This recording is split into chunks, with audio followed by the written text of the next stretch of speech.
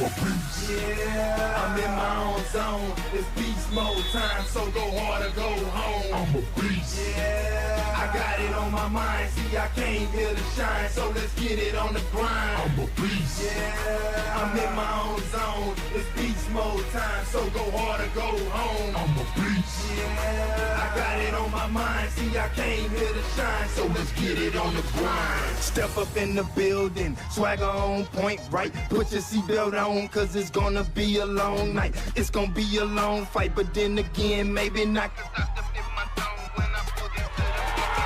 I'm about to get it in. Yeah, I got it on my mind. Let's end this thing in regulation. I ain't thinking overtime, cause I didn't work overtime, and I ain't trying to overgrind. I transform the beast mode just like Optimus Prime. I came here to ball hard. I love this game, it's all I got. That's why I'm going all out and give it everything I got. Yeah, I give it all I got. As if it was my only shot. I play the game to win to the end until I pass out with you.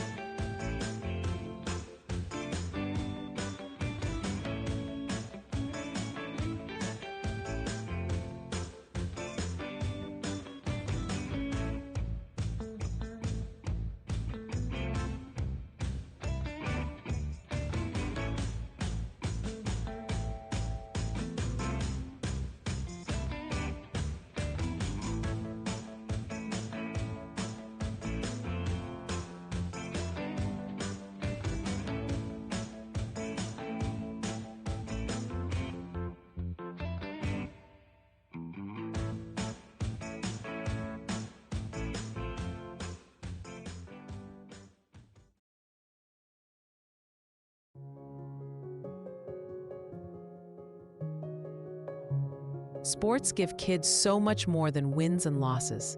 They build confidence, teamwork, leadership, resilience, lessons that prepare them for success in school, in careers, and in life. None of that matters if kids aren't safe. A concussion, an injury, or unsafe conditions can end a child's sports journey too soon. Safe Sports Network is there, on the sidelines, in schools, and in our community, preventing injuries, responding to emergencies, and guiding kids safely back to the games they love.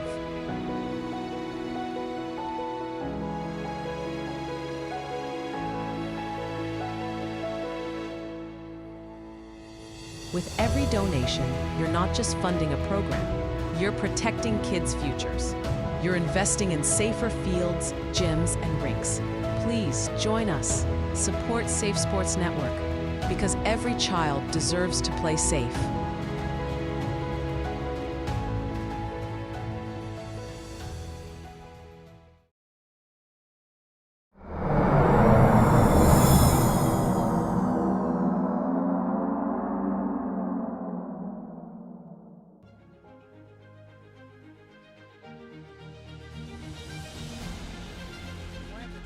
Right, that's Tebow.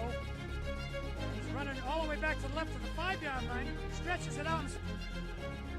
That's Anthony D. He gets out to the 25. He breaks another tackle to the 30, the 35, the 40, 50, the 45, the 40, 30, 25. There's nobody near him. No flags. What a play. Anthony D goes the distance. D stands for distance. Come the Clippers. On the low block, kick out, downtown, Yahtzee!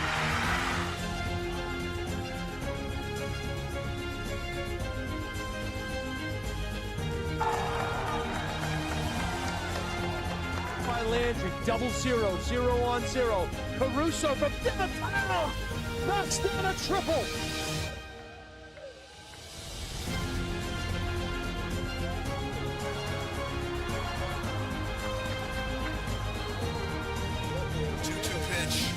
Base hit left field. Austin Suchecki gets the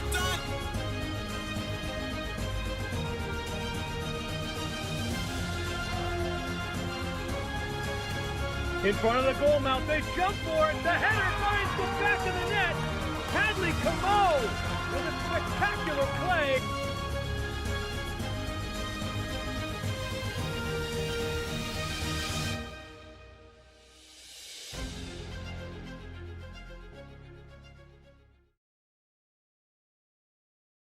Meet Bouvier Prepare, your game changer in college athletics recruitment. We cut through the chaos, focusing on superb communication and top-notch organization. One-on-one attention, tailored strategies, and a winning game plan for emails, calls, camps, visits, and offer closings. Be prepared. Your limitless future starts now with Bouvier Prepare.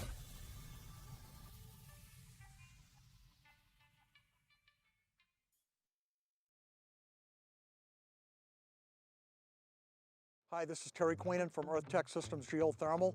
We're in Nashua, New Hampshire today. We just finished putting geothermal in this historical home built in 1937. Let's go in and check it out. We're now inside the house. These are the two well lines coming in. There's one 500-foot borehole. This is the piping. This is the flow center that moves the water to the geothermal unit, which is over here. This is a very simple, high-efficiency system made by water furnace. This is the return duct, and we have the unit in place here. This is the Water Furnace 7 series that's in this home. This is the return air filter. Those are the pipes coming from the non-pressurized flow center. The blower is on the top, the compressor's on the bottom. Very quiet machine. This is a storage tank that makes very warm water. The water goes from this point into an on-demand tankless when there's a call for showers, cooking, etc. So not only is the customer going to save an immense amount of money, they're going from about a $1,300 a year oil bill to be on target right now for about a $300 geothermal bill, and the well is directly under me. If you'd like to learn more, check us out on our website, earthtechsystems.com.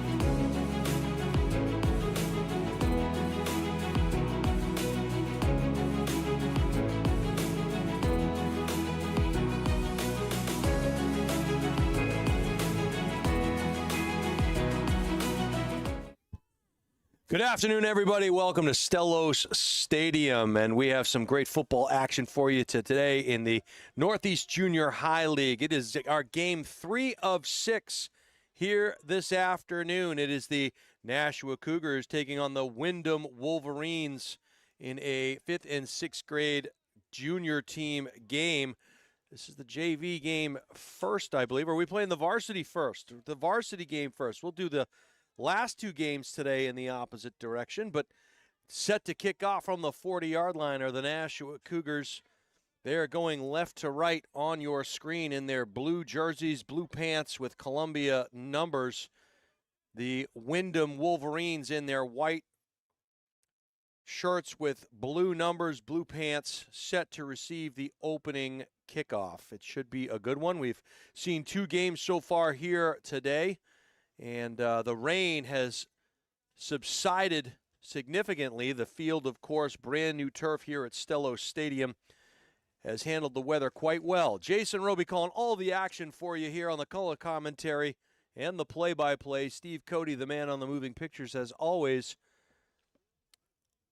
with the highlight guy. We are just about ready to get underway here. In theory. Watching the screen, getting ready to put foot to ball. And hopefully at some point during this game, potentially between quarters, we'll be joined by Coach Chad Zabolis of the Nashua North football team. And that squib kick covered nicely by the Windham team as number 2. Looked like Sean Falter fell on that one. A good spin on that one.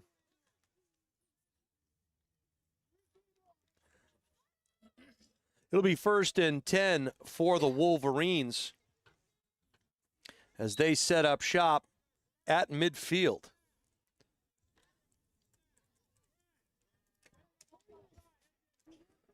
They'll come out. Tight left split end to the right. It's a slot formation, shotgun back to either side. A little handoff there off right tackle, bouncing outside and getting to the second level is number 31. It was a nice run there by the, looked like Jordan Hamill on the carry, was finally tripped up, but not before he picks up a big 7-yard chunk off of that right side. Ball will be placed on the right hash. It'll be 2nd down and a long 3 yards for the Wolverines. Our second Wolverine team here invading Stellos Stadium. The Derry Wolverines were here this morning for our first game at 8 a.m., which was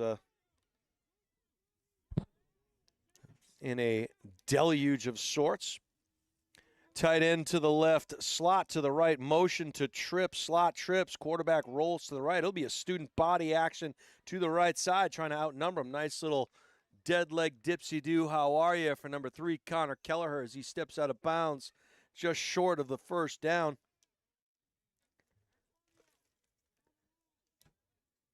That'll set up a 3rd down and short. We'll take a look at this Cougar defense as they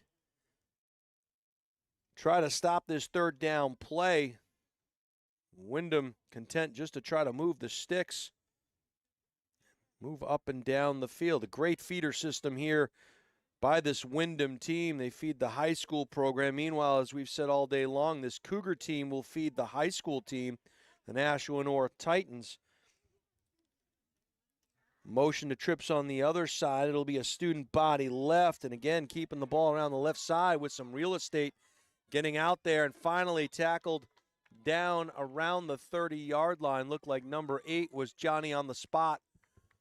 That looked like maybe it was Caden Foreman on the tackle. And that's going to be a 1st down for the Wolverines.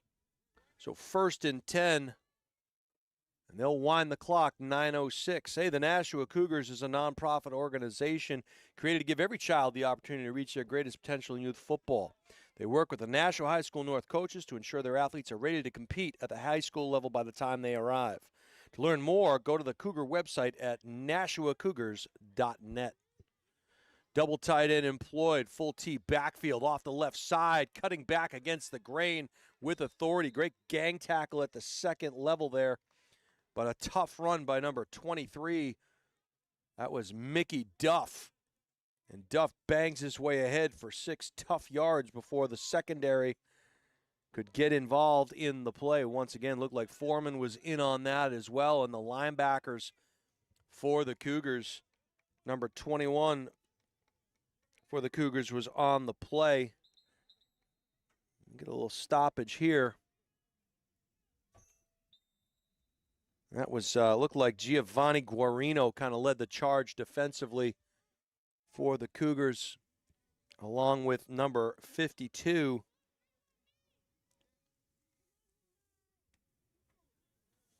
It would be Bentley Collum, a 6th grader. So it'll set up a big 2nd down and 4 for the Wolverines. Play comes in from the sideline. They'll get ready to break that huddle. They'll wind the clock. Double tight end formation. Looks like a little confusion in the backfield. They'll jump into a wishbone set. Under center they go. We'll see what kind of action we get. A little isolation play off to the right-hand side, keeping the legs churning. Looks like he'll have enough yardage for the line to gain, but we'll see if they stop it and get a measurement. They're going to say it's a 1st down, so a good tough run. Picks up exactly 4 yards. It'll be 1st and 10 for the Windham Wolverines. And this is the 5th and 6th grade team that's playing here now. The varsity level, it'll be the JV level, followed by the varsity, and then in the nightcap, it'll be the other way around.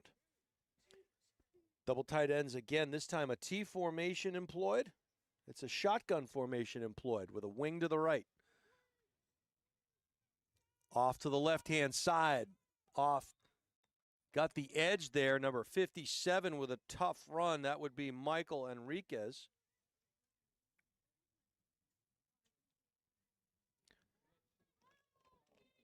Ran about 18 yards to gain 2, so it'll be 2nd down and 8. Ball will be on the left hash, working into the boundary. We'll see if they decide to go back to the field. 7:10 to go in the first quarter. Now they'll come out in a spread formation. Looks like a double slot look here. Empty backfield. Now motion into the backfield. Little speed sweep. Plants that foot right into the right-hand side. And it was a decent tackle to minimize that gain. Looked like number 1 for the Cougars on the tackle, Aiden Rosario, but minimal gain. It'll set up a 3rd down and 4. I have to think you're in 4-down territory, so if you're Windham, you have 2 downs to get 4 yards. We'll see what they dial in. They've come out in the wishbone.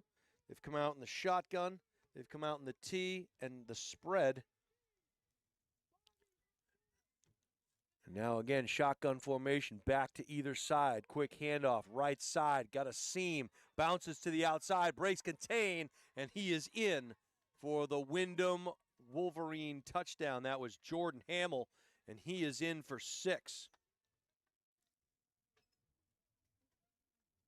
So quickly, 6-0 advantage for the Wolverines. And I am joined here up in the press box by the head coach for the Nashua North Titans, Chad Zabolis. Coach Zabolis, thanks for joining us here today. Your son down there on the field playing today, is that right? He'll be. Yeah, he's number 62. He's out there right now, playing a defensive tackle position. You can see him right on your screen there, off to the left of the ball now, and we'll see if they try to go right at him for this 2-point conversion. So they're in their shotgun back to either side. 57, not a number you usually see at quarterback, but here we go. Off the right side. Yeah, he's a big boy running that ball. He is, and he is in for 2. Looks like he broke the plane before he lost it. So that was Michael Enriquez. He goes in for 2. It's 8-0. Coach, your team Friday night came out here against Manchester Central, and it was a tight game in the early going. You guys end up pulling away 31-7, I believe, was your final score. Your thoughts on your team, first game of the season? Yeah, it was a good start. We came out a little slow. Central, they had some big physical kids, some really good athletes, and I think they really kind of ran out of gas in that 3rd and 4th quarter, and that's when we kind of took advantage of what was going on. So it was a great start. Our kids played physical. We were tackling, we were blocking, we were doing the things that we were supposed to do, and I think that really helped us out to win that game. Yeah, I agree with you. One of the concerns you had was blocking on the perimeter in the preseason, and that did not seem to be an issue for you guys on Friday night. Your physicality was evident as there was a lot of banging going on down there on the field, and it was pretty impressive. And you mentioned conditioning played a part in that game, as you seemed to kind of pull away, a lot of cramping, and to be expected maybe in the early going, especially when your numbers might not be as good as yours are, right? Yeah, and that was both sides. You know, they were cramping, we were cramping, and I just think that becomes a depth issue, you know, and I think we have a little bit more depth in getting kids in there, and I think his numbers are just a little low, but you know, that first group he has is they are physical and they're tough, and you know, if he can find a way to, you know, keep those guys on the field, they could be a good football team. That was Seamus King on the pooch kick return there. He caught it falling backwards, and in this level of football and in high school and even in college, you catch the ball on your knee or any part of your body other than your hand hits the ground, you are down. So the Cougars will set up shop 1st and 10 at their own 42-yard line. They'll get their first look at this Windham defense. Talking to head coach Chad Zabolis of the Nashua North Titans, who's joining me up here in the booth. His team moves to 1-0. Big game coming up this week as they travel to Goffstown. We'll talk about that in just a second. Empty backfield. Now motion into the backfield. Handoff So number 8, flag will fly. Ooh, and that was a tough tackle as kind of pulled him down from the collar. Good to see him up and moving. I think that may have been number 8 on the carry was Caden Foreman. So that penalty will be declined. They'll take the down and the loss of yardage. So Foreman will lose, looks like a pretty big chunk, about 7 yards on the play. Coach, we noticed some of the kids down there wearing the Guardian caps. Can you talk to us a little bit about that piece of equipment and how that's kind of changing the game, and do you guys use them? Yeah, I think it's probably been the best thing that they've created in a long time, especially for the concussion stuff. And kids are allowed to wear them in the game. We actually just bought, and we have our whole entire football team wearing Guardian caps now throughout practice. And if they want to go ahead and wear them in the games, they can. But they are a huge advantage for safety for these kids, especially during practice. The last thing you want to do is lose kids during practice to concussion stuff. And with the protocols now, it takes a good 2 to 3 weeks for these guys to come back. Yeah, all the protocols in place is safety first, and certainly a lot of studies have been done on the effects of concussions, and just another piece of equipment that can kind of limit those injuries is on the quarterback keeper around the right side. Great penetration by the defense of Windham.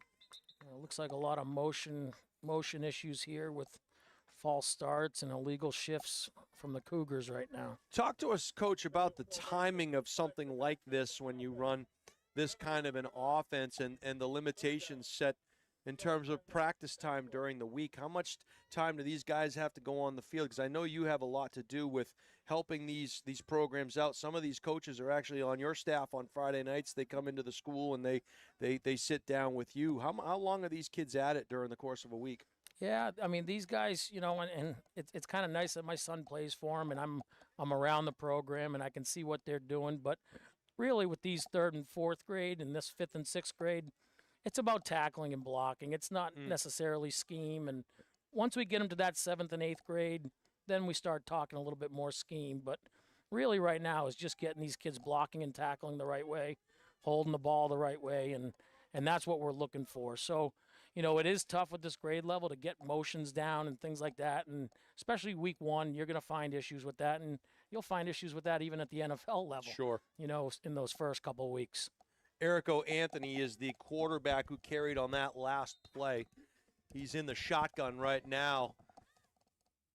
And he'll do a keeper around the left side. He looking for a block. He didn't get it, but a nice job to not block in the back. And Anthony will take that for a pretty sizable gain there around the left side. Finally knocked out of bounds. But he'll pick up a nice little chunk there. Unfortunately, that's going to set up a 4th down, and it's tough when you're operating behind the chains early in the downs. Your playbook is not as expanded when you get to that point. There are only so many things you can do. So 4th down for this Cougar team.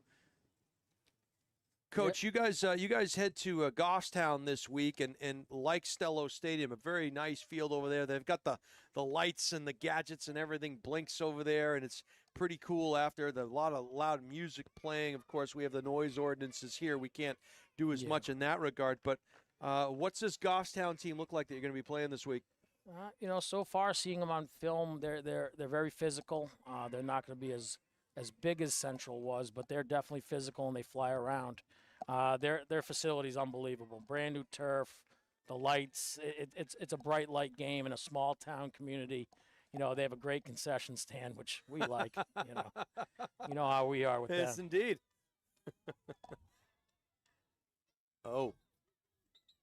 Yeah, this Windham team, you could tell they've been playing together for a long time. Well, great feeder system, and you've always seen the Windham High School Jaguars, always a disciplined, physical team, and it has to start somewhere, right? And this is probably a good sign of things to come for the Windham High School team. They're under some new leadership up there, but this team is flying around in the early going as Anthony found the sledding tough as he was met by several Windham Jaguars. And you can tell a team that's well coached when you're the same colored jersey is not taking the same path to the football. Those kids are all on different planes, different levels, and they don't follow the same shirt to the ball. And that all comes down to pursuit drills and a nice job by them. Yeah, I recognize a number on Windham. They're number 3. I think it's Kelleher, the quarterback. Yeah, I think if Connor Kelleher. Yeah, yes. so that's his father. I think I see him on the sidelines, actually. He might be an assistant coach over there. He was a captain up with me in college. He was a great football player. And, yeah, there he is. He's on the field right now. On the gray shirt. Yeah, he was a great football player for us in college. And I believe he was a Trinity kid, if I remember correctly. Okay. But he's in the huddle right now with the troops. You can kind of see him. He was an athletic football player, and I'm guessing his son's pretty good, especially playing quarterback there. So that's kind of cool to see, guys that you're playing with around New Hampshire and still working with the youth programs. It's awesome to see. We talk a lot about giving back here, and never is it more evident than the volunteers and the folks that come out to work with these kids. There are a lot of other places you could be on a Sunday afternoon. The Pats open up today. There's, certainly everybody has a long list of things, laundry, groceries, and these guys are out here kind of giving back to these kids, and it's nice to see, and it makes a difference, doesn't it? Yeah, it certainly does, and I'll let this play go, and I'll talk a little bit about that. Direct snap to Kelleher. He'll waggle out to the right-hand side. Thought he had the edge, gave a little dead leg, and he has an angle giving chase there. Finally getting him out of bounds, shy of the sticks. Number 21 was giving chase there, but a nice gain. Giovanni Guarino was giving chase around that edge, and he went out of bounds just at about the 30-yard line. That'll set up a 2nd down and 4. Yeah, and you go back and talk about the volunteers that are with these programs, and it's not just the football coaches, but it's the team parents and, just everybody who has something to do with the program. The amount of time they put in is unbelievable. And you look at these guys, this team goes 3 days a week, during the week from 6 to 8 at nighttime. They go Saturday morning for a walkthrough, and then they're here all day Sunday. It really is just your fall is just completely taken, and it's all volunteer work. So it really is unbelievable. You need them. I'll talk about the parents in just a minute. A little direct snap, handoff right side, had a nice seam there off tackle. Goes number 57, Michael Enriquez. He had the 2-point conversion off of that touchdown, and now they've got things rolling downhill quickly against this Cougar defense. We'll see if they can button things up a little bit and tighten down. But I got here at 8 o'clock, about 7:30 this morning, and the parents were already tailgating, pre-gaming out in the parking lot. Music was playing, the grills were going, and these folks get pretty fired up. And I will say that I thought your attendance on Friday night was pretty good too, so that's a sign of things to come. Yeah, hopefully. I mean, that's what so far we're starting to see that stuff starting to come up, especially with our freshman team this year. Slot to the left, tight end right. They'll hand off to the left side. They'll run it to the field, and nice job and a great job of breaking that block. Up comes number 25 for the Titan, I say the Titans. He'll one day be a Nashua Titan, but number 25 there came up, and that looked like West. That was A.J. West coming from his secondary position to minimize that game. Big collision, but a good tackle. Yeah, so like feeder-wise, I mean, we're starting to see the results from the Cougars, and we have 30 kids on our freshman team this year, and you talked the year before that, we had 16. So we're starting to see that kind of, and the developmental part of football is unbelievable. We have kids that are, out of those 30 kids, 23 of them have played football before, which is actually very rare. Usually we're finding 9th graders that are, coming in that have never played before.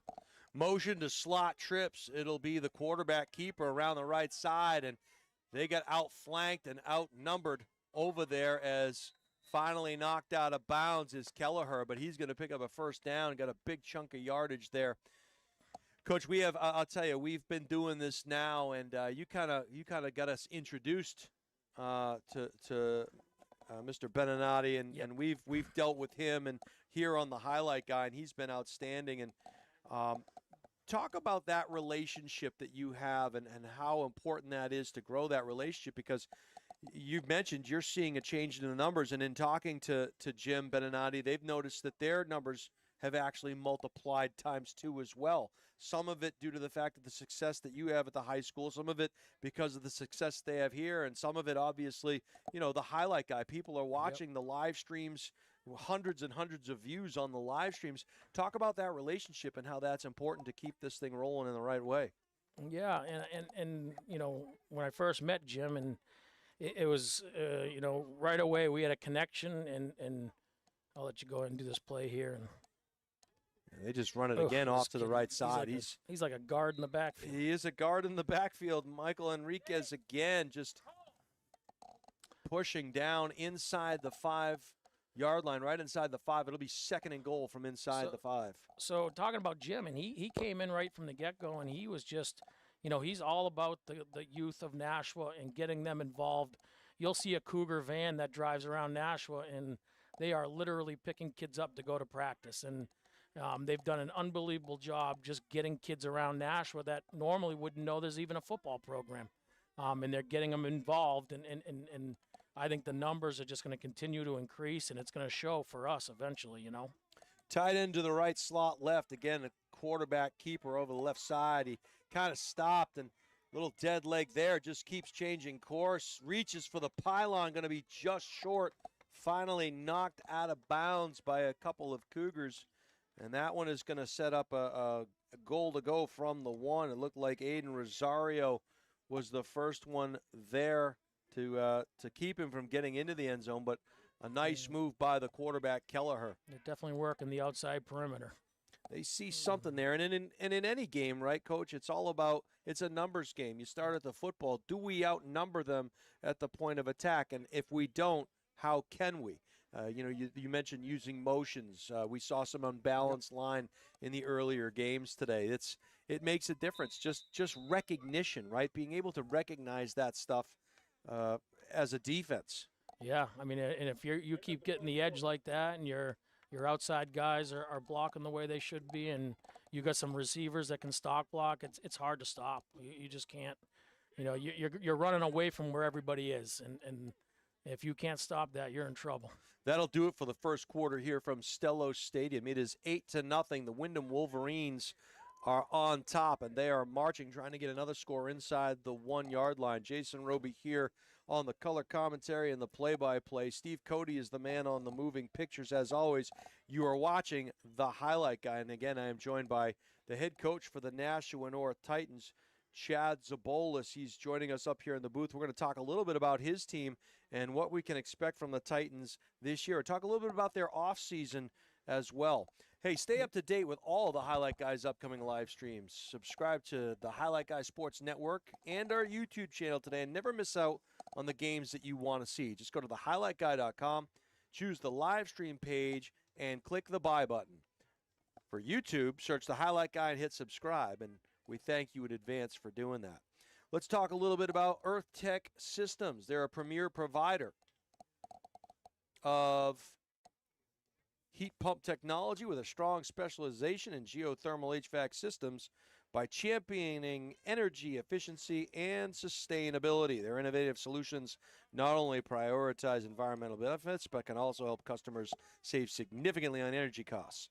Whether you're considering a new heat pump system or need repairs, their skilled team is ready to handle even the most complex projects. So get in touch with them at earthtechsystems.com. Play goes in off the right side and in for the touchdown once again, number 57, Michael Enriquez. And the lead is now ballooned to 14-0 with a 2-point try coming up. And you mentioned size and strength, and those things are very important when you're building a football team, Coach. What are some things that you've done differently in the off-season, or some initiatives that you put in place that have helped your team get bigger, faster, stronger? Well, I mean, the first thing that we do is we promote 3 sports, and that's what we always want. We want kids that are multi-sport kids. Some of our best athletes that have come out of North have been 3-sport kids, and that's what we've always tried to promote. And then with the rest of the kids, we try to get them into the weight room the best we can, and we've had a couple different ways of doing it. 2-point conversion play, caught and in. That was number 23. That was Mickey Duff for the Wolverines, and quickly it is 16-0 with 9:49 to go here in the first half. Yeah, and this year we've implemented a point system that we've used, and the point system's not just about the weight room; it's about community and what you do in the community. Are you going to other sporting events? Are you playing another sport? Supporting your Of classmates, course, things yeah, like that. Yeah. all that type of stuff. Everything you can think of is within that point system, and then after about we'll have a 7-week, and then we'll do a test, and we kind of go ahead and look at their numbers, and we'll give out gift cards and that type of stuff for the kids and awards for those top kids.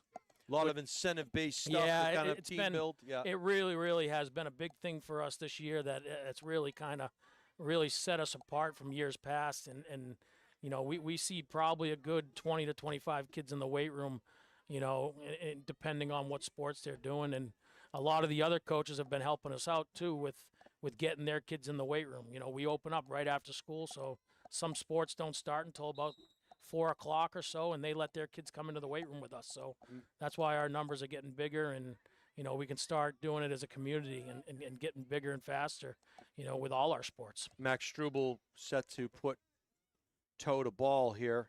Little squib over to the near side. That one is going to get out of bounds. Thank goodness. That was close. Penalty flag should fly. We'll see if that is in fact the case. Now, obviously, those other teams that are lifting are probably starting to see the results in their sports as well, right? I mean, if they're coming in and they're doing the workouts and they're doing the things they should, they're probably jumping further and running faster and things of that nature. If they're doing kicking the ball further, that stuff translates. Yeah, and I had a kid this year who decided to wrestle last year, and he came into practice this year, and he kind of. He gets through a couple days. He comes over to me and says, Coach, this is easy. Doubles are easy now. And you know how wrestling is. Wrestling is probably one of the hardest sports you can do. One-on-one on a mat, and those guys are just conditioning constantly, and it's such a physical sport. And he came into us, and he's like, football's kind of an easier game for him now, and it's definitely translating. The multi-sport kids, the lifting kids, they can tell. They can feel a difference. Cougars set up shop at the 50-yard line after that kick out of bounds penalty is marked off. Nice little cutback. Got to pick up a block. He does, and he's off to the races. The angle is there. Can he beat it to the sideline? He does. Finally yanked out of bounds. That looked to be number 1 for the Cougars. That was Aiden Rosario. And that was just a lot of individual effort there. Point of attack was shut down. He reverses fields and turns on the Jets.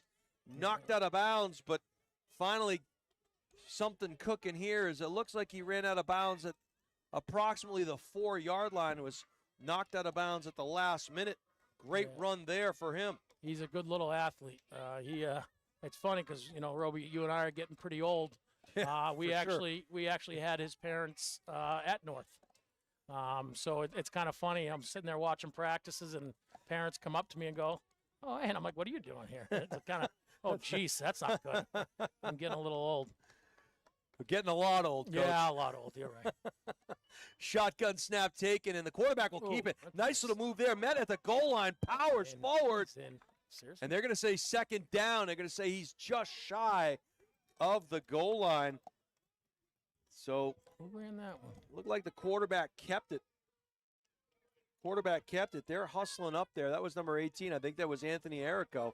Oh, yeah, he can run the football. I remember him from last year. He put his right foot in and cut it right up, and he'll keep it again. But this time, penetration as number 75 for Windham. Shot a gap. That was Bobby Cartwright. And so they'll take a loss on that play. Maybe the refs will give them an extra down like they did last night for Central. I don't know if anybody noticed that last night. I did. You remember? I'm trying to remember. It's possible. Yeah. Oh no, they did. I think I may have. I may have mentioned something. They got the first down over here on the 20 going that way. Yeah. And it was actually 4th down, and we played it a little bit differently, thinking it was 4th. Sure. They gave him 3rd down, and it was all the talking that was going on over here in the game, if you remember. I do. And they sent the admin across. And I do recall. That was it. Yep. That was their 5th down. Okay. Oh no. Oh, gosh. Ball on the carpet. Windham jumping up and down. Celebration time as A fumble is recovered by the Wolverines, and so they will take over 1st and 10 with 7:02 to go in the first half. They want to stop the clock. They do. So that's the worst case scenario, and if your glass is half full, maybe you can keep them from advancing and get pretty good field position, but the Windham Wolverines escape a very dangerous situation because of that fumble. And turnovers, coach, at any level will doom any team. Yeah, you got to keep the possession of the ball. Looked like it was a mesh between the quarterback and the running back there. Whether the quarterback was trying to keep it or hand it off, but something happened there with the mesh. Definitely was not the center. They love blaming the center. They love blaming linemen. Hard to do when you're in a shotgun. The ball gets to the quarterback, your job is done.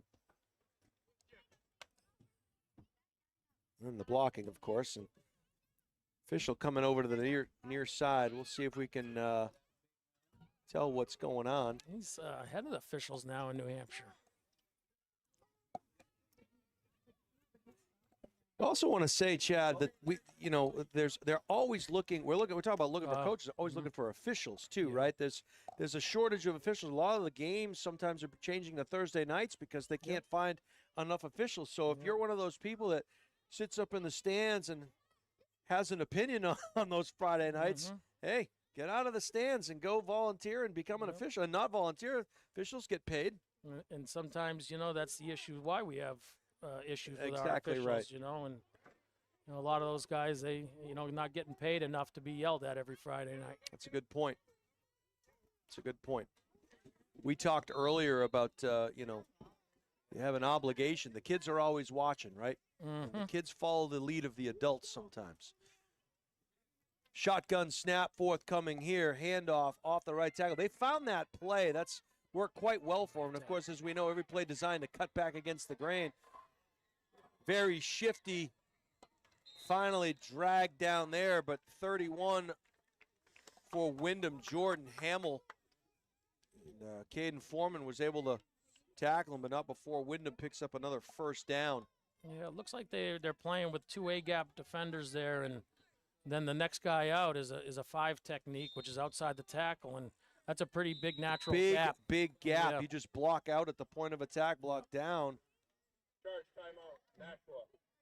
That is their second time. So that being said, Coach, I know they're running your defense. I know they use a lot of your terminology and so forth.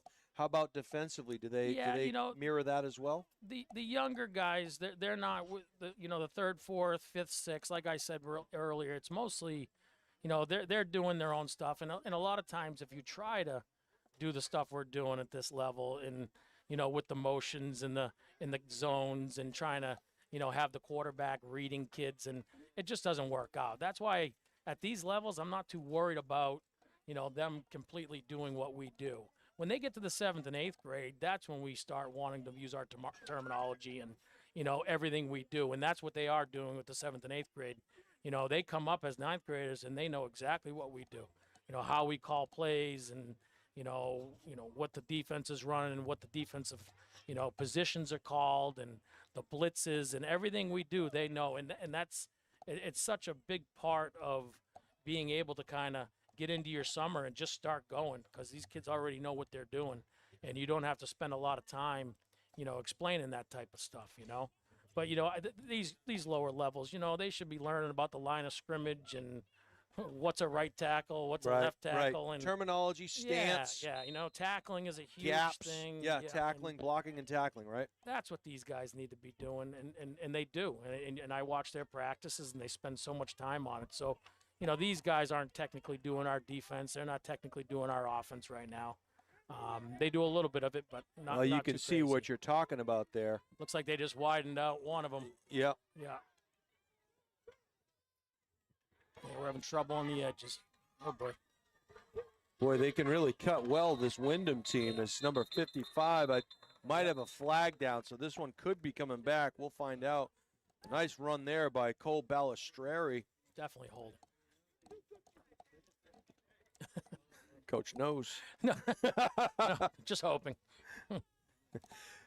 Coach, you mentioned some of the things that are working for you, some of the initiatives and the things that you're putting in place to make your team There it is. Bigger, faster, stronger, blindside block. So you can't come down and crack somebody that can't kind of see you in their mirror or in their vision. And there was a blindside block, and that's a safety thing that takes the head out of the game and so forth. And that's a big one, and it was a point of emphasis a number of years ago, and it still is today. Yeah. Talk to us a little bit about some of the challenges that you're facing. And you mentioned we're getting a little bit long in the tooth. We're a little bit older. Yep. Some of the challenges that we face now that we maybe weren't facing 10, 15 years ago as coaches. Yeah. So, I'll let you do this play. Yeah, so shotgun play, slot to the left, tight end is right. And again, they'll just run that student body play over to the right or left with Kelleher. Missed tackle at the point of attack, and Kelleher will head to the sideline. Another flag will fly. It looked like the tackle was being made inbounds, but he kind of carried him out of bounds. So that was, at least by my view, a tough one.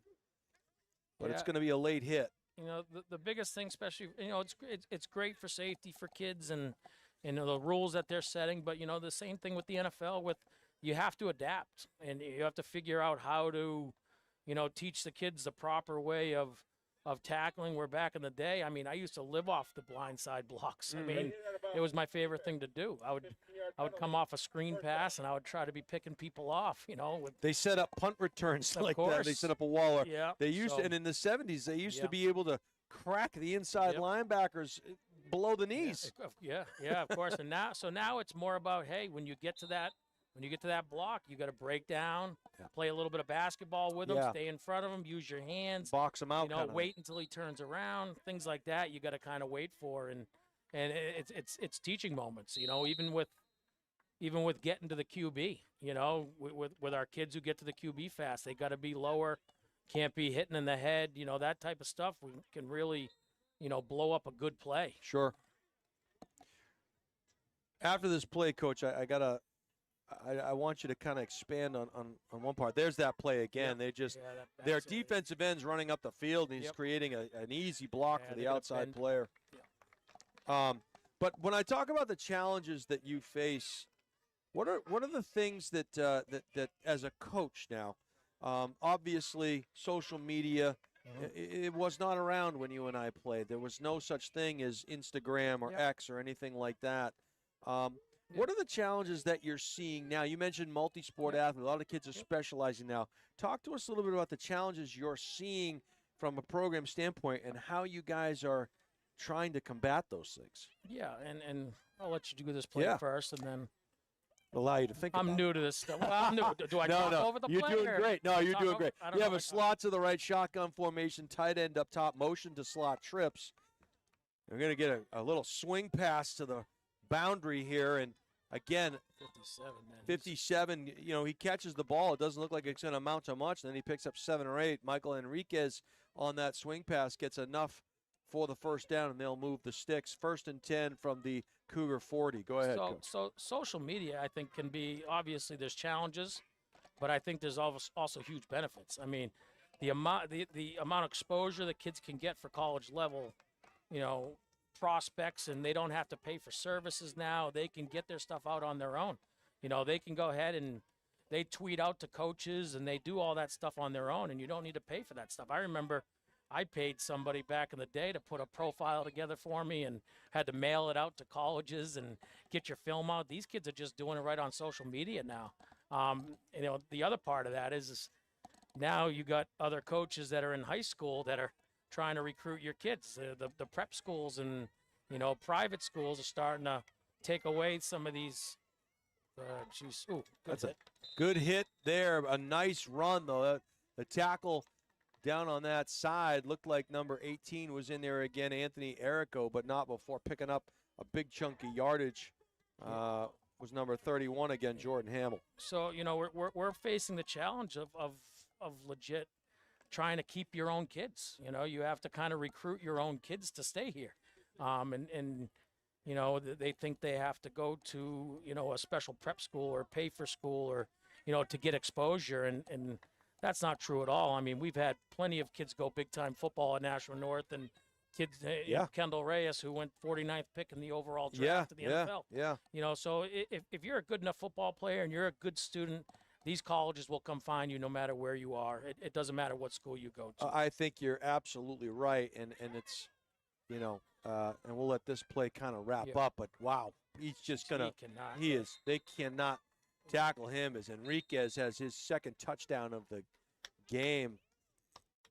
They're calling him in, right? They said touchdown, I believe. Flag though. Touchdown is good. There is a flag at about the 14-yard line. That penalty would be enforced on the kickoff. Okay, so the touchdown counts. It must have been something after the touchdown. They'll go for the 2-point conversion from the 3. We were talking about this the other day. Curtis Harris Lopez is playing down at James Madison University. Kendall Reyes, Toby Brown is playing. Last night, actually, we were watching. And so there are guys that are going on and doing great things. And the one thing I would say to everybody watching is the things about those 3 kids in particular, they worked harder than everybody else. Yep. They were in the weight room. They did the things extra after practice. They were making themselves bigger, faster, stronger. There was no magic formula or going to this school or going to that school or reclassifying or anything like that. These kids just worked harder than everybody else. There's no magic formula to things like that. And I look at one of your rivals, and I think we've had this conversation as the 2-point conversion will be attempted a mile away, about the 18-yard line. Maybe they'll just hand it to 57 again. We'll see how that goes. But nowhere is this more evident. That we watched Bedford High School play in the Queen City Jamboree, and they have a pair of players that are here comes that swing route, wide open up the sideline, but he's going to be knocked out of bounds. Great play, almost like a waggle throwback kind of look. But O'Reilly. Yeah. So that was a nice play, but the Cougars had it snuffed out. It is now, however, 22-0 in favor of Windham. You look at the Matthews kid, you look at the Hilton kid.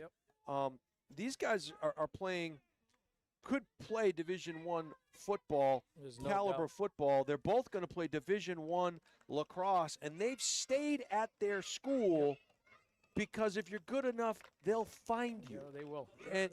And what the coach does is if he sends them away, that cuts off your own program. That tells your own program, yeah, you should go try to find something else. And kudos to them for doing that. Kudos to them for staying home and making the New Hampshire game better, bringing more attention to New Hampshire kids, because it really does that. Londonderry, Pinkerton, Nashua, they've done it for years. If you're good enough, they'll find you. And with the way the schedule's been going now, we have that open date now, and we're going down to be able to play those Massachusetts teams. And just talking about South, who just played, I believe it was at Malden Catholic. And beat them. Yeah, and beat them. So we go. That muff, that time, finally Windham comes away with it. The third time they've seen it. It kind of popped up, had a wicked spin on it, and Seamus King tried to reel it in, and it kind of popped off of him, and Windham recovers. So it'll be 1st and 10 for the Wolverines from their own 49-yard line. But go ahead, keep talking about that point. So, and not to give South any props, but, hey, they did a good job. And they went down there, and they played them on their own turf, and they beat them up. And it was – this is what we need. We need New Hampshire teams going down there, because that's where a lot of these kids think they need to go. They think they need to go to Massachusetts. And, they're doing spring ball sometimes. There's youth spring ball down in Massachusetts that's being done, and that's where these coaches are talking to these kids. And, as soon as, it feels good to have your, kid getting talked to by a coach and at the 8th grade level and 7th grade level. And, of course, that makes you feel good. And, hey, this is where I need to be. This is where I need to be recognized. And, okay, well, you're taking New Hampshire kids. That means there's some pretty good New Hampshire football players. And doesn't it also limit your touches and limit your exposure? Yeah, if you go to these places and you're not getting the ball as often. It certainly can. Yeah, I mean, especially when you're paying for a certain school, and a lot of times when you're paying for a certain school, you kind of have to play a little bit of everybody. Everyone needs to touch the ball. But with us going down to Massachusetts to play these teams and we're coming out on top is a huge thing for us as an exposure. So it was awesome by South to go down there and play a good football team down there and take a win. We'll be playing Drake at the end of the year. Sure.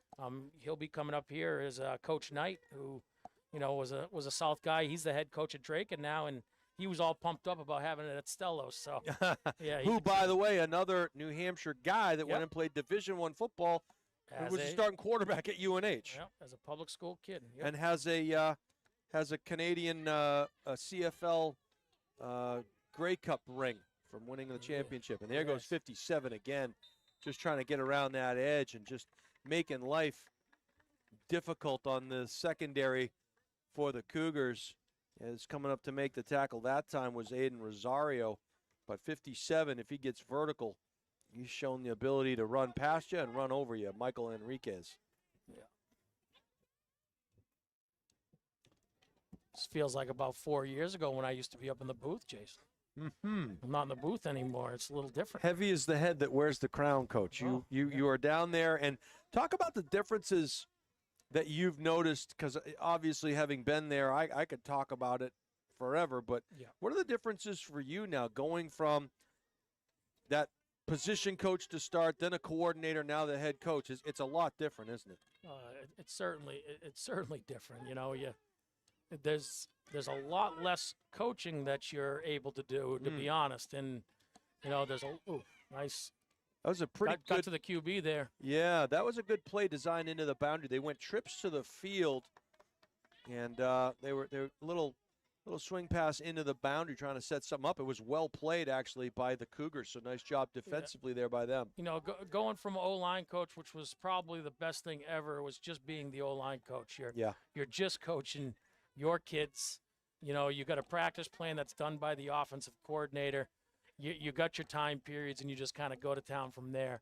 And then becoming the offensive coordinator, where now you're creating the offensive practice plan, and that's a lot of work with the coaching and making sure everybody's doing the right thing and what you want them doing. Oh, good. Get to him. You're going to get a holding call, I think, from that backside. And it was definitely some holding there. Great defensive play coming up from the outside again. And it looked like Anthony Errico once again running the alley and, minimizing that gain. This Windham team kind of does that bubble thing where they, that old speed sweep bubble technique, and it's worked well for them. But right there, I think that one's probably going to go back 10. Yeah, so now, now my coordinators are the ones who kind of create the offensive and defensive practice plans. And, I'm back to doing the offensive line. My first year, I took a year off from doing it, and I just felt disconnected from the kids in general. And I needed to go back to doing a position. And, the hard part, especially being the head coach, and this wears on head coaches, and is just dealing with all the stuff that's beyond football. And you're dealing with it every single day. There is constant emails. There's emails from teachers. You're dealing with attendance lists. Make sure they're not tardy unexcused, and making sure the kids get to school on time, making sure they're at practice, fundraising stuff. Everything you can think of is what you're dealing with. And, it's minimal time with the football, which is tough, and you try to get to that point. I think, I'm at that point right now where you want to be into that first week where you're not dealing with that stuff anymore. Yeah. And you'll always be dealing with emails and stuff like that. But, just the preparation of having everything complete, time you get to week 2 and week 3, you're, a little bit more comfortable and ready to go at that point, as a head coach. Well, there's a big trust in your coaches too, isn't there? You you give them a lot of responsibility, and they really have to come through for you, so you don't have to worry as much about that. Again, around the side, just runs out of real estate there, does big number 57, Enriquez. Yeah, you definitely can't do it yourself. You need to trust all your coaches, and, especially with your coordinators and what they're putting together. And, as a head coach, you add certain things that you want to add in there, but they basically kind of put your practice plans together, and, and you got to trust them that they're going to do the job that they're supposed to do. And, we're lucky where my staff, we've been together for a long time. And another thing that I've always talked to with parents and, with our parent meeting, and how many people we actually have in the building. We have 5 coaches, I believe, in the building is where we're Makes at. a big difference, doesn't it? You got, you got all those eyes on your kids, making sure they're, doing the right things. They're not in the hallways. They're not getting in trouble. And, it's a big thing. And there's some schools that don't have any of their coaches in the building. They're all doing other jobs, and they might not be teachers, and and that's a big thing for North, and that's a huge thing for us. Where, when I'm talking to kids who, we want to come to North. Swing pass out here into the flat was a nice play action ride to the left side, and actually Nashua played it quite well, as it could have been a lot worse, as number 5 ends up minimizing that gain. Fortunately for the Cougars, that was Harris Johnson. That's going to bring up a big 4th down and 5. We got a This will be a big play. timeout, Windham. So, it'd be interesting to kind of see the success rate of teams that have coaches in the building and 3 sport athletes. How many of your kids are 3 sport athletes? It would be interesting to crunch some numbers like that to kind of show how important it is. Why do you think it is, Coach? Lately it seems like there are a lot less folks getting involved. It always seems like there's an opening. You go online and you can find opening for jobs all over the state. Why do you think that is? Why are people not gravitating towards these opportunities as much? Yeah, and it's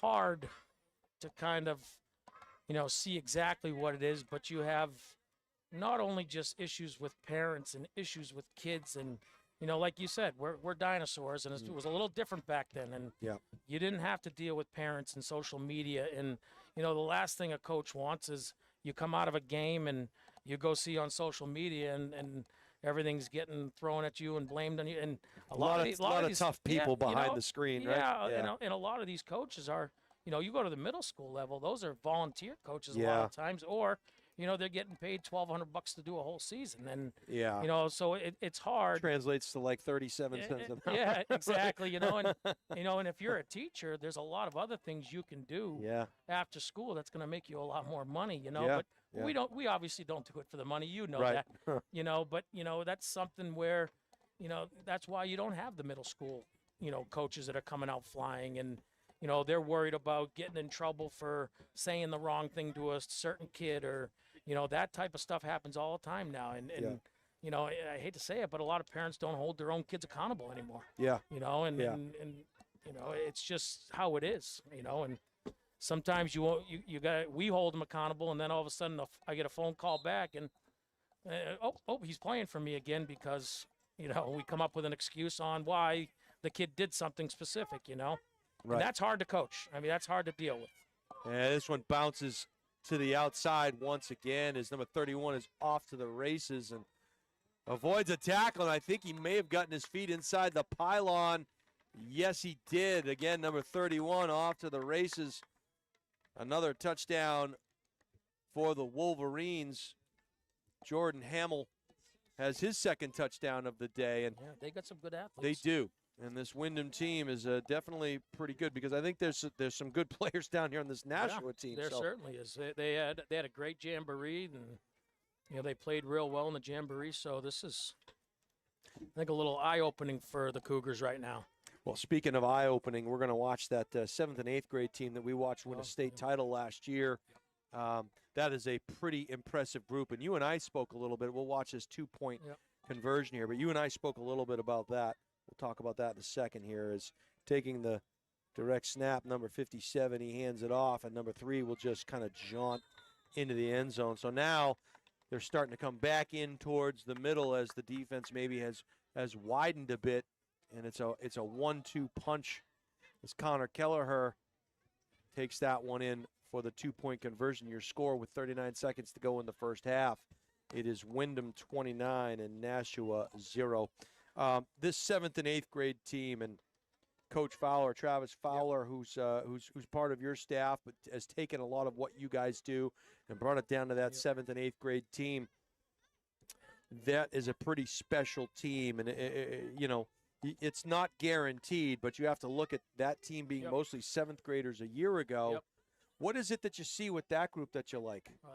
That group has just been gelling together since the start of this whole Cougar program, and I think I think they were sixth graders when the Cougars started, I believe, and Yeah. then came up as seventh graders. And it is just an unbelievable team on how well they have gelled together. And you can tell they're just a tight-knit group. And they're very efficient the way they run. They're physical is the biggest thing. And, you know, when you get to this youth level and you have a physical team, like right now, Windham's pretty physical. They got 2 physical running backs, and we're having trouble tackling them. And I think that's going to be the same situation at that older level. Those kids are very physical football players. That ball is kicked out of bounds, so it'll be a penalty. That'll give the Cougars pretty good field position with just the 34 seconds left to play here. Think they'll take a shot here, Coach? Try to get on the board before halftime? I don't know. I would hope so. You got to do something, right? You got to do something. You know, with that older group that we were just talking about, you know, we always talk about having 2 classes in a row is going to create a good football team. And right now we have a real decent freshman football team that, you know, we were talking about earlier, where I'd say about 22 to 23 of them are kids that have played football before. That's great. And they're a decent freshman team right now. And then you're going to now have this Cougar team that's coming up, and then you have another freshman group. Now we have 2 classes in a row that are working with the kids that we already have on the program that have been with us. You add that all together, now you're starting to create a program, and that's what you want. You know, you want kids who are playing freshman football to all play freshman football. You want your sophomores and juniors playing JV football, and then you want your seniors being your varsity football team, and that's what true programs are. And you know, you have your juniors here and there that will start for you, and your sophomores. But if you have a lot of sophomores and freshmen starting for you, you're in trouble. Right. Yeah. You're in trouble. You know. Yeah. The age difference, the speed difference, the physicality difference. It's just night and day. Yeah. Direct snap off to the right, trying to get the edge. Doesn't. Nice job filling that gap. The linebackers got second level flag. He broke the tackle. There is a flag on the play. He's still got his feet going. He's still moving. What a run. That is a highlight on the highlight guy. Aiden Rosario just kept the feet churning. There is a penalty marker down. However, he probably ran 30 yards on that play to gain 6. But, wow, that was a highlight reel play.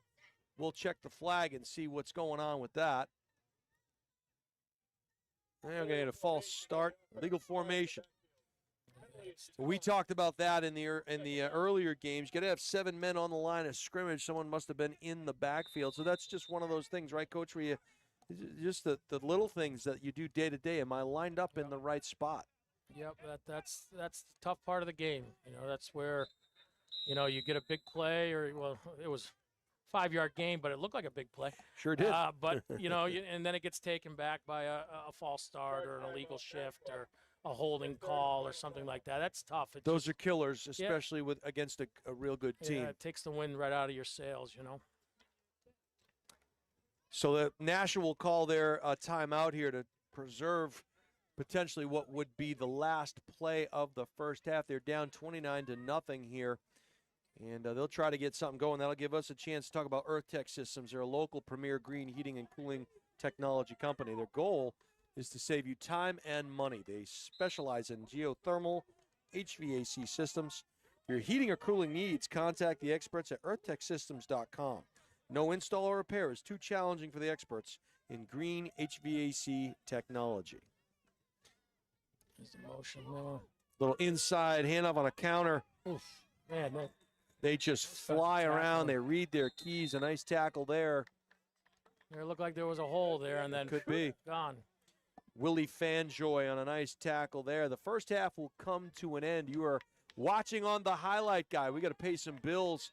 We'll head into the break. It's 29-0 Windham. We'll be right back after these messages. Coach, I want to thank you for joining us here. Coach Chad Zabolis from the Nashua Titans. Good luck this week, Coach. Thank you for having me. All right, we'll be right back after these messages. Stay tuned.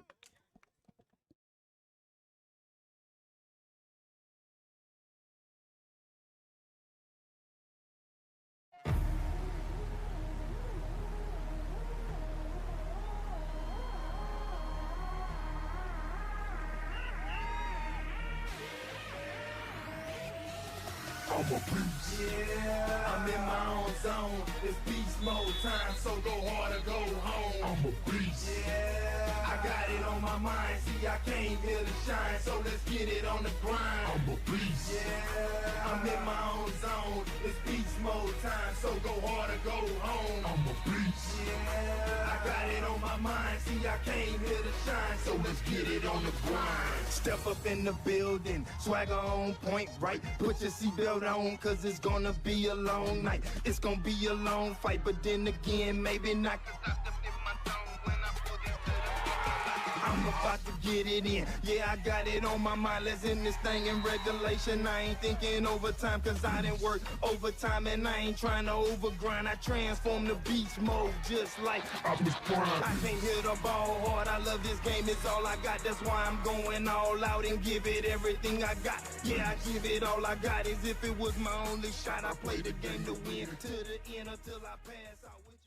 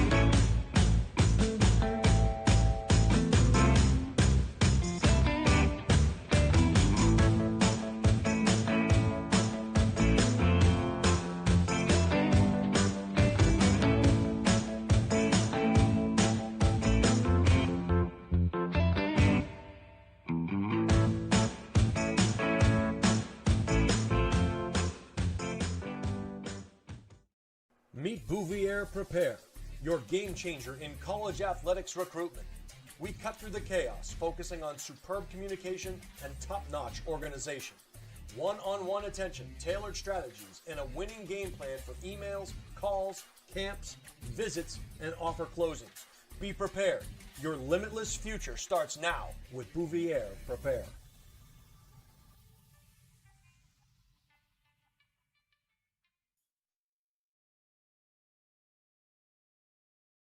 Hi, this is Deb Cody with the Dow Group at Keller Williams Coastal and Lakes and Mountains Realty. I have a passion for helping people, and I love to help people with their real estate goals, whether it's buying, selling, or investing. I'm licensed in New Hampshire, Massachusetts, and Maine, and work with an incredible team, the Dow Group, which has been the #1 real estate team in New Hampshire for the past several years. Collectively, the team has sold over $1 billion worth of real estate in the past 20 years. If you're curious to know what the local market is like in your area, feel free to reach out via my website, deb.thedowgroup.com, and let's get connected.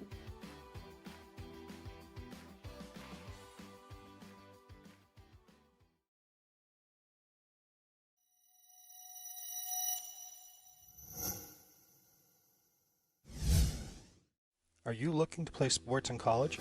Almost every college recruiting website recommends having a highlight video as one of the top 3 crucial recruiting tools. In fact, 93% of college coaches we surveyed said they watch a recruit's highlight video as part of their player assessments. Our sole purpose is to make you look good. Our highlight videos include an athlete bio and accolade page, stop motion, and player highlight. The video is not done until you are completely satisfied and say it's done. We also upload to YouTube or whatever recruiting platform you use. The highlight guide can also film your high school or club games to capture you in action, resulting in amazing footage that you can use to help create your highlight video. We have the expertise to help you get recruited.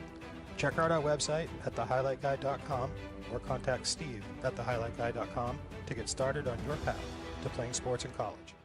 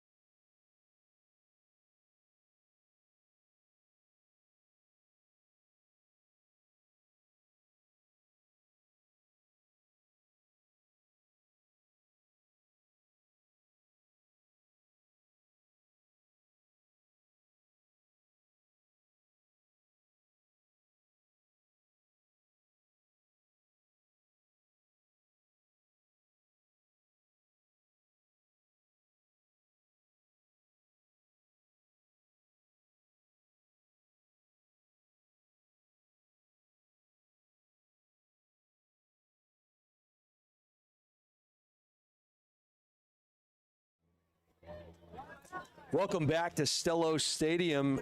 We are just about ready to begin the second half between the Windham Wolverines 5th and 6th grade junior team and the Nashua Cougars. Jason Roby calling all the action for you. Steve Cody, the man on the moving pictures. You are watching live on the Highlight Guy. It is Northeast Junior High Football League action. We have 6 games for you here today. This is game number 3, and it was a first half in this one that saw Michael Enriquez and Jordan Hamill just run roughshod over the Cougar defense. They'll have to button some things up here if they want to make a dent, and they'll kick this ball out of bounds again. That's the 3rd kick that's gone out of bounds. It's a great plan if you can run it down or recover one, which they did earlier, but you're giving up the field position with the penalty every time that kick goes out of bounds. The Cougars will set up shop 1st and 10 in pretty good position. They obviously don't want to kick the ball deep, so the Cougar offense will come onto the field and start at the, we'll mark off the penalty here. 5 yards will be added to the out-of-bounds. So 38-yard line, we'll call it. 1st and 10 Cougars. Chad Zabolis joined us in the first half. Had some great insight for those of you young players that were able to listen, and also some of the parents out there that wonder what the high school experience is like, what you have to look forward to. Great coach, great player in his own right was Chad Zabolis. Double slot formation, shotgun, barking signals, handoff.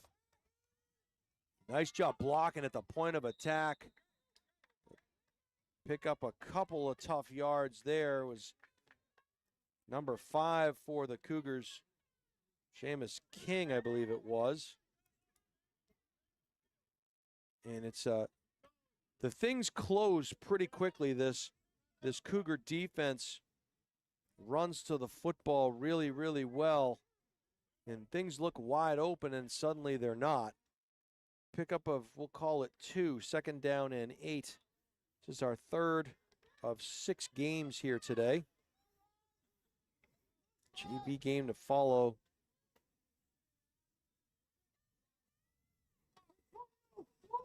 All right, empty backfield now, barking signals. Here comes the motion. They'll motion quads into the boundary. Quarterback will keep it. Nice cut. Breaks a tackle. Finally tripped up there. Slow to get up. It was Anthony Errico. Nice run. He was tripped up on the play by number 23, Mickey Duff. So that'll set up a 3rd and manageable. You're looking at 3rd and a long 4 here.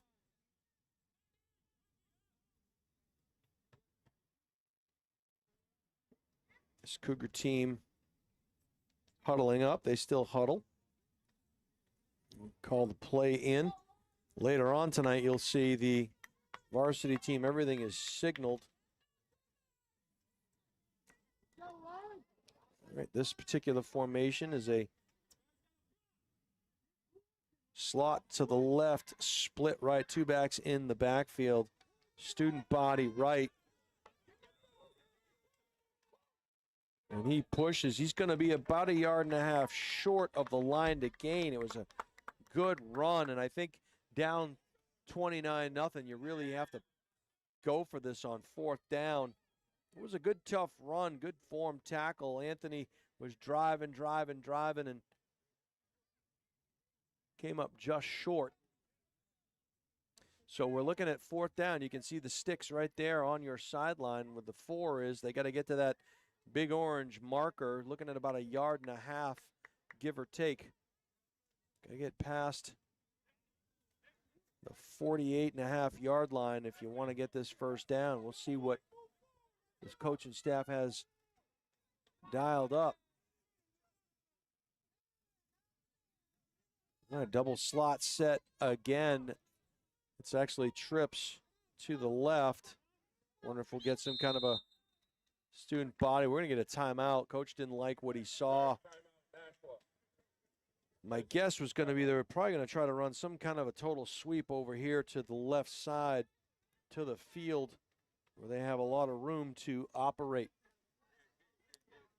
give us a chance to talk about some of our sponsors. Bouvier Prepare provides comprehensive college recruiting consulting services for student athletes and their families. If you're looking for guidance in the process for lacrosse, field hockey, soccer, and volleyball, Bouvier Prepare can provide a personalized plan for success. Contact them at bouvierprepare@gmail.com or call 603-465-1102. In just their third year of existence, the Nashua Cougars youth football program is thriving, and they're looking forward to seeing where this season can bring them. They have the hardest working group of coaches who dedicate their time to developing athletes' football skills and teaching them life lessons that will carry with them for the rest of their lives. If you would like to become one of these coaches, please contact them at NashuaCougars.net. And oh, by the way, if you have not already subscribed to our YouTube channel, please click the subscribe button so that you can be aware whenever we schedule a live stream. You can view it, you can watch it, you can listen to it. It's a good time. All right, fourth down, play of the game here, or at least of the half thus far. Two backs in the backfield. It's going to be a quarterback around the right side into the boundary, and he is not going to get there. It's a loss of about 2, so it's going to be a first down for Windham going the other way.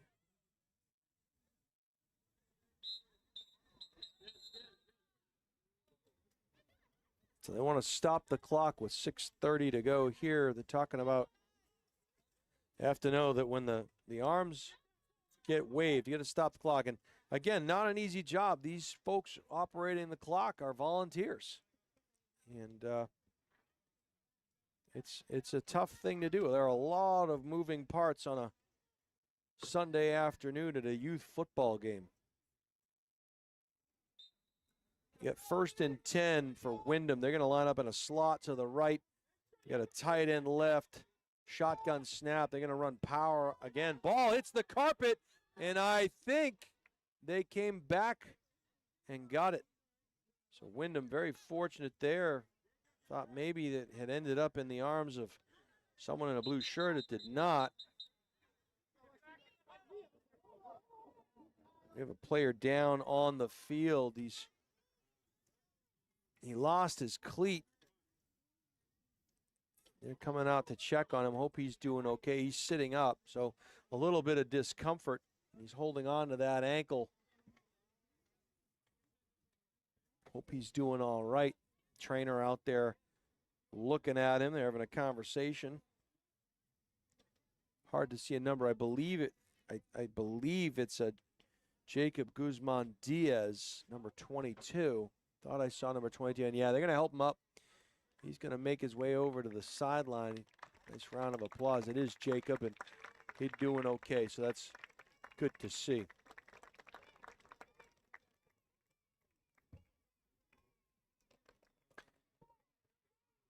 Yeah, anytime you can keep your group of players together all the way up through the ranks, you're going to have a pretty good team, especially if they have success at this level. We'll see the defending state champs go into battle a few games from now.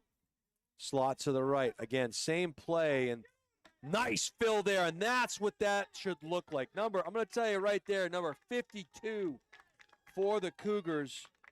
Read that play, filled that gap.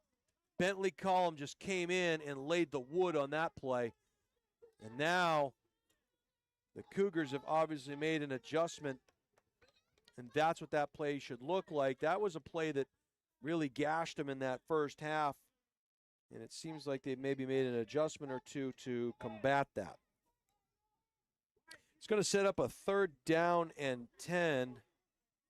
My guess is this Cougar team has, this Warrior team has 2 plays to get 10 yards.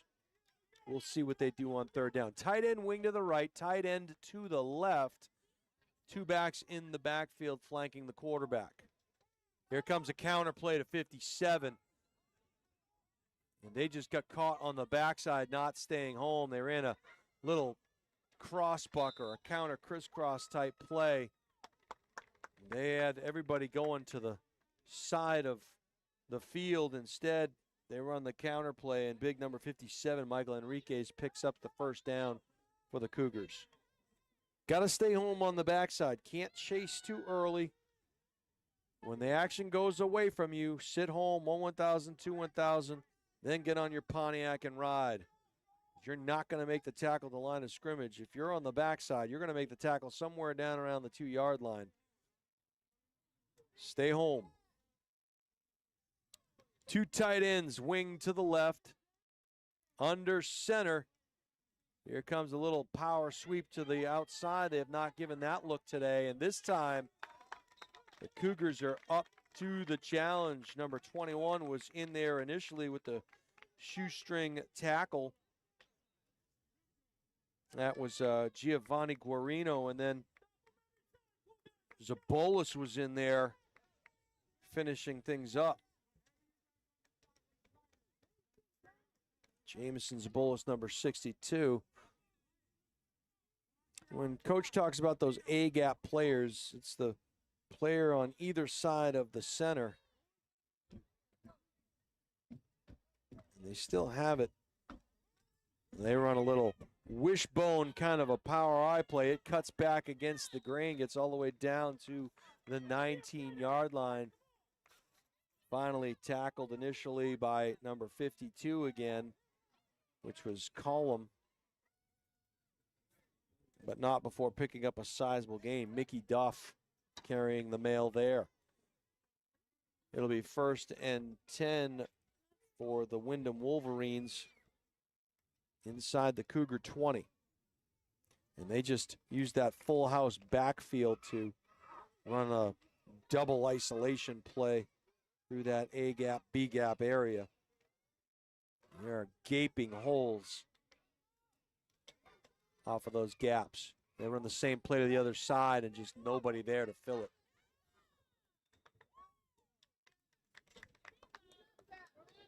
So my guess is Windham will continue to run that particular play on either side until they get into the end zone. Nashua's got to bring someone into that gap, widen their backers, and maybe squeeze down those defensive end and roll up their corners. Of course, easier said than done for me. I'm up here watching a big screen in the heat.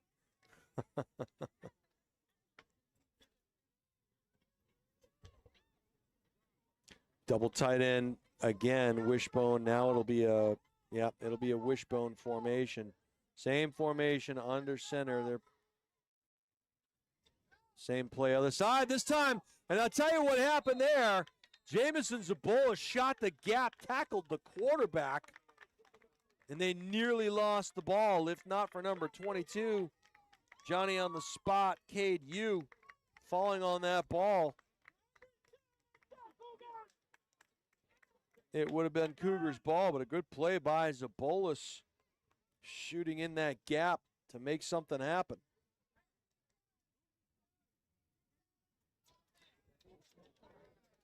It's going to set up a 2nd down and 11, loss of a yard on the play.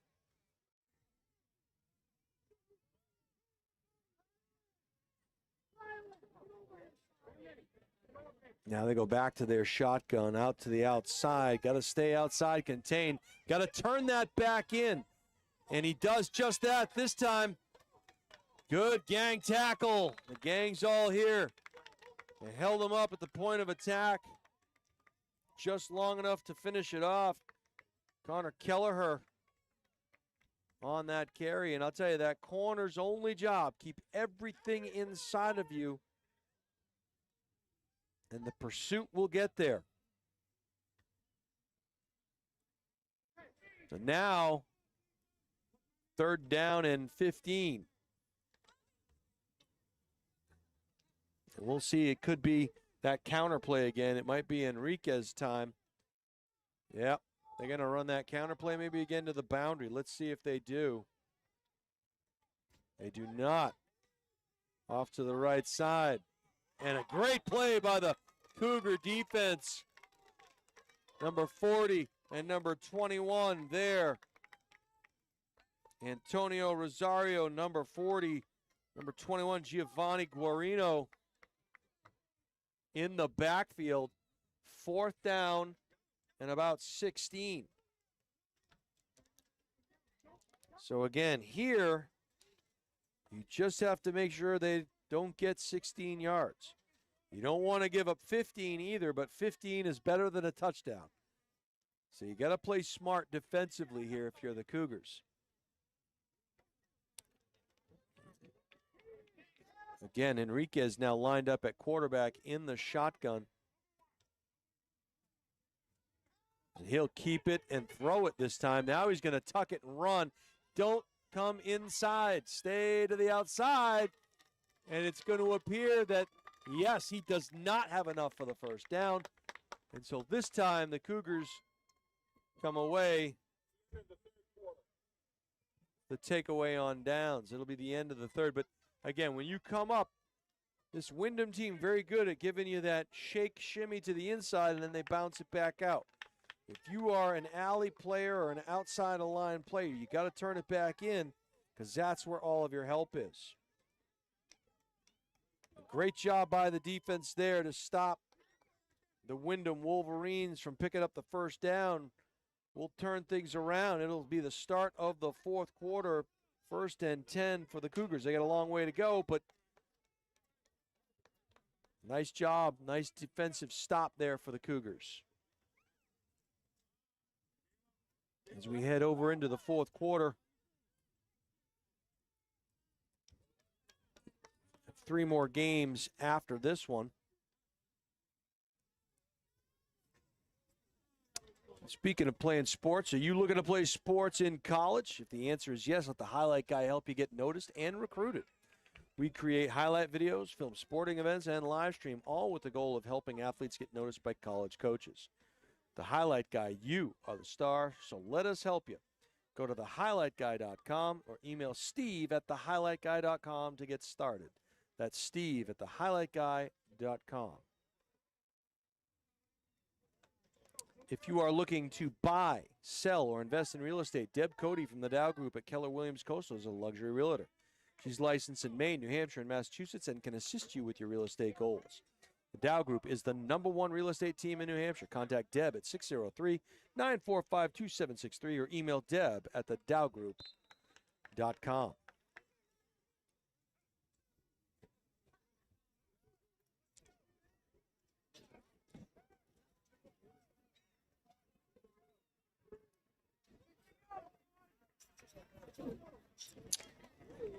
Here's a good one for you. You looking to get married, or maybe you're just looking to renew your vows? Let Jason the JP do all the work for you.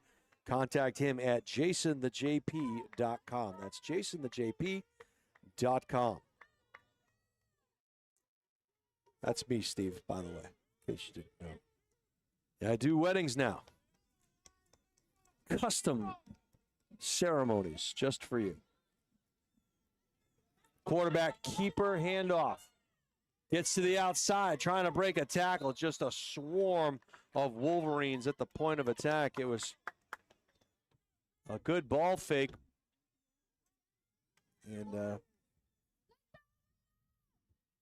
number 1, Aiden Rosario, couldn't quite get past the Windham defense.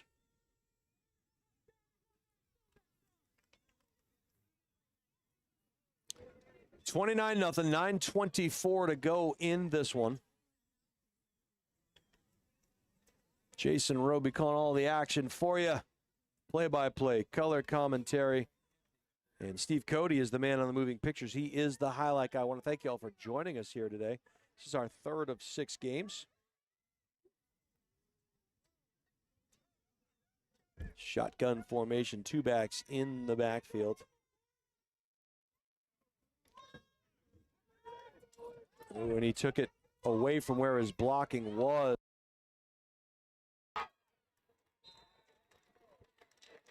That cut was actually probably inside. It went outside, and got to follow your blocking there. So a loss of yardage on the play for Foreman.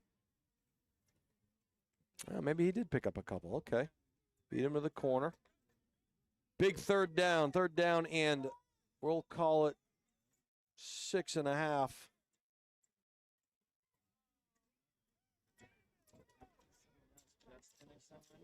do well for the confidence of this Cougar team if they could get a first down here on this possession. They had a great stop defensively on that last series, and to move those chains a couple of times in this possession would give them more confidence. Building on that.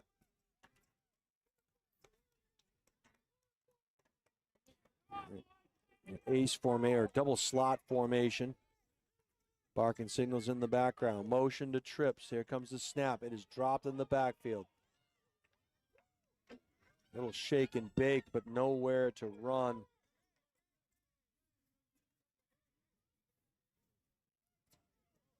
Caden Foreman finds the sled and tough. It's going to be 4th down now.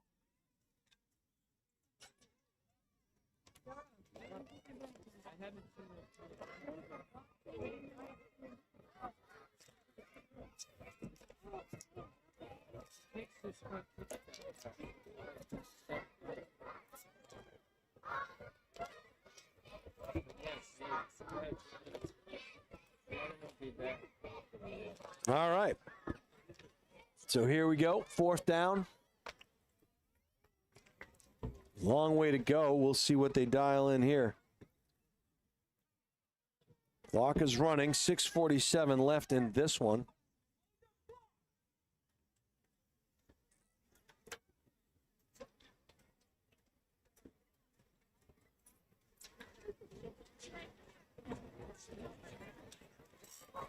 We see the varsity team warming up in the background there.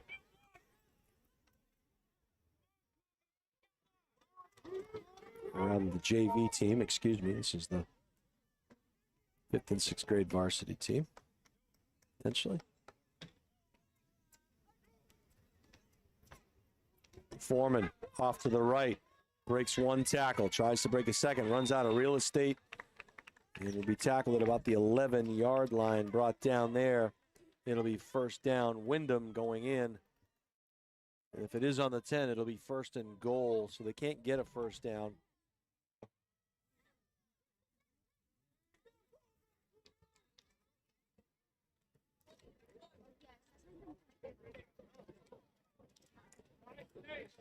Hey, the Nashua Cougars Board of Directors is a group of people who came together for one purpose. They wanted to create the best possible opportunities for every youth football player in North Nashua. They provide scholarships, transportation, and they go above and beyond on a daily basis for all their student athletes. They are all one big, happy Cougar family. If you're interested in joining such a group, the Nashua Cougars Board of Directors, for example, go to NashuaCougars.net. That's NashuaCougars.net. Become involved. Become a part of the Board of Directors. Handoff to the outside. Zabolis reaches in, pulls him down from behind. Connor Kelleher. So the Cougars trying for another defensive stop here on this series. Zabolis has gone on the hip, reached out. Long arm of the law. Pulled him down. Sheriff Z. 2nd down. Looking at 7 yards to go.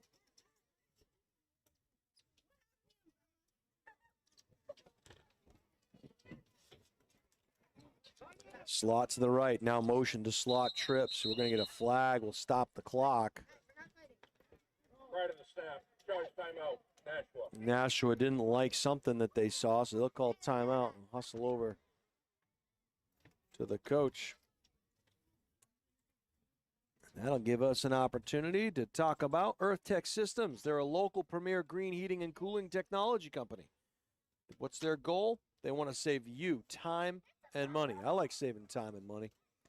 They specialize in geothermal HVAC systems, and for your heating and cooling needs, contact the experts at earthtechsystems.com. No install or repair project is too challenging for the experts in green HVAC technology. Once again, contact earthtechsystems.com. That's EARTHTECH systems.com.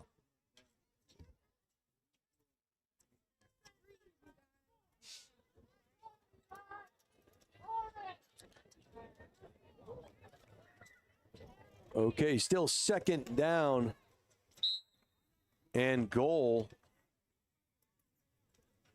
for Windham. They cannot get a first down. Direct snap, back to pass, rolling right. Has the edge. Again, came inside instead of staying to the outside.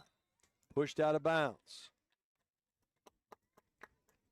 They love giving that little shake to the inside, gets you to bite and then pop to the outside. It's going to set up a third down and goal. We'll call it the 8-yard line, right hash. This would be a feather in the cap of Nashua if they could keep this Windham team from putting another one in.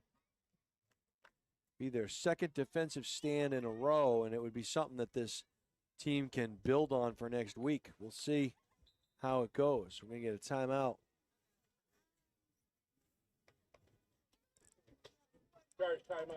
And Windham didn't like what they saw, so they have something else dialed up. So this is the varsity team for the 5th and 6th grade junior squad.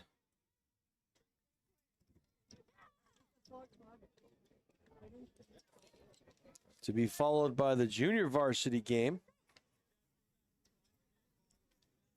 after this one. It is currently 29-0. We take a look at the huddle here as coaching staff is giving some direction to this Cougar team.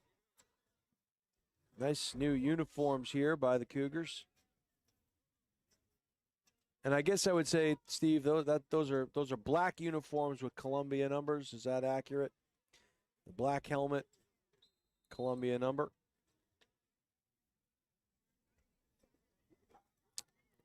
All right, third down and goal. Direct snap. They'll go to the friendly skies. Here comes the pass rush. Can't get him. Good contain on the outside. He gave the dead leg again, and he's got the end zone. Touchdown. Connor Kelleher joins the scoring party. And good coverage by the secondary of the Cougars. And they had it contained on the left side. Then Kelleher reversed directions and broke out to the left side. And broke contain. So they'll go for the 2-point conversion here.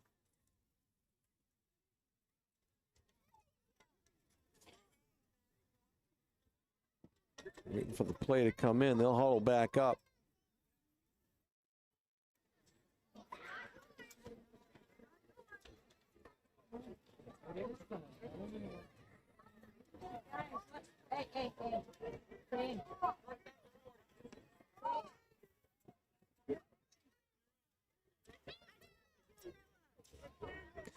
So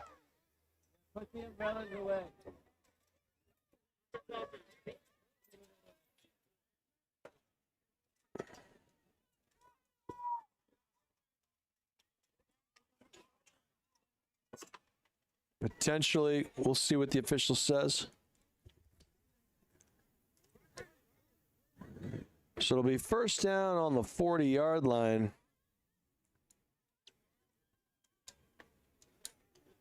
For the Cougars.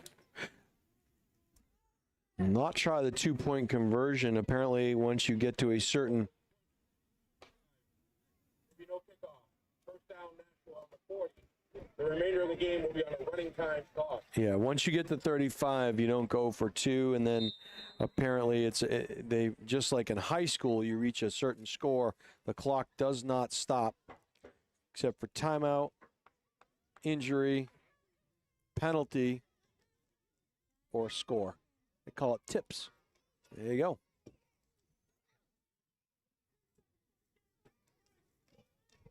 Trips to the right split end, the top of your screen. We'll click pass, and there are 3 Windham Jaguars there. Almost immediately. Nice catch, however, by number 25 for the Cougars. That was Jaden Medeiros.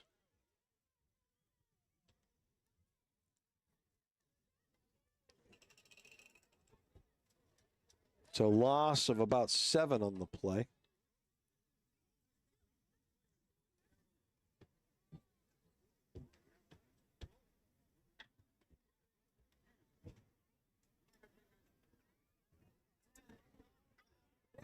The weather's starting to cooperate a little bit as the second half of our day set to begin.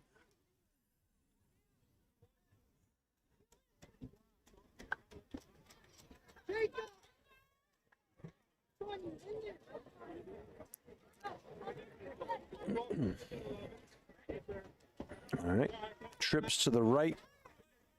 Empty backfield.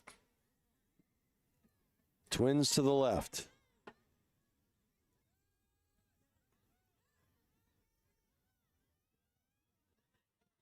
And not going to outrun them. You have him outflanked. He gets run down by number 57 there. And that kind of tells you the kind of speed he has. As in Michael Enriquez was able to run down Caden Foreman. Loss on the play of a couple more, so it'll be third down. We'll call it 19.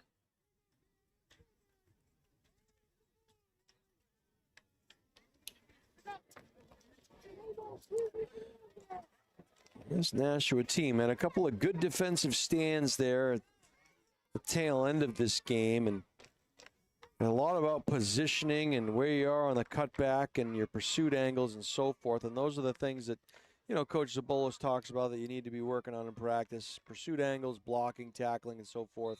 Not necessarily running plays or play design, but doing the fundamentals really well.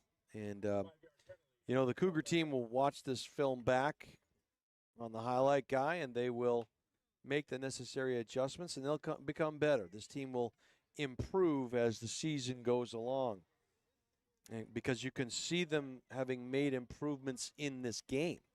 So it will continue to get better. The coaches will continue to work them and teach them the right things.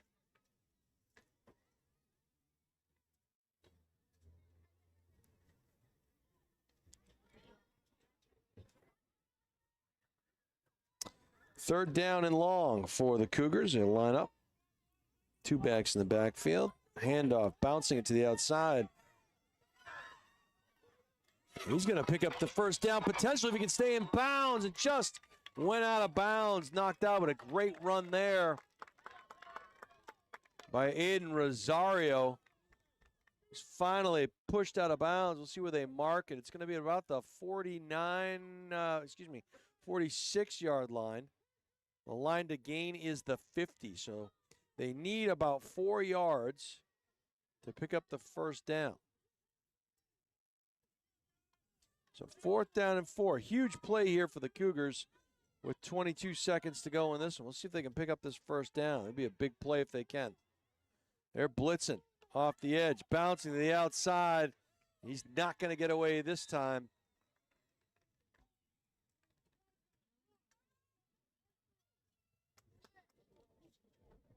And that is going to do it for this one. Your final game number 3 of the day. The varsity Windham Wolverine 5th and 6th grade junior team come in and defeat the varsity 5th and 6th grade Nashua Cougars. Your final score 35-0.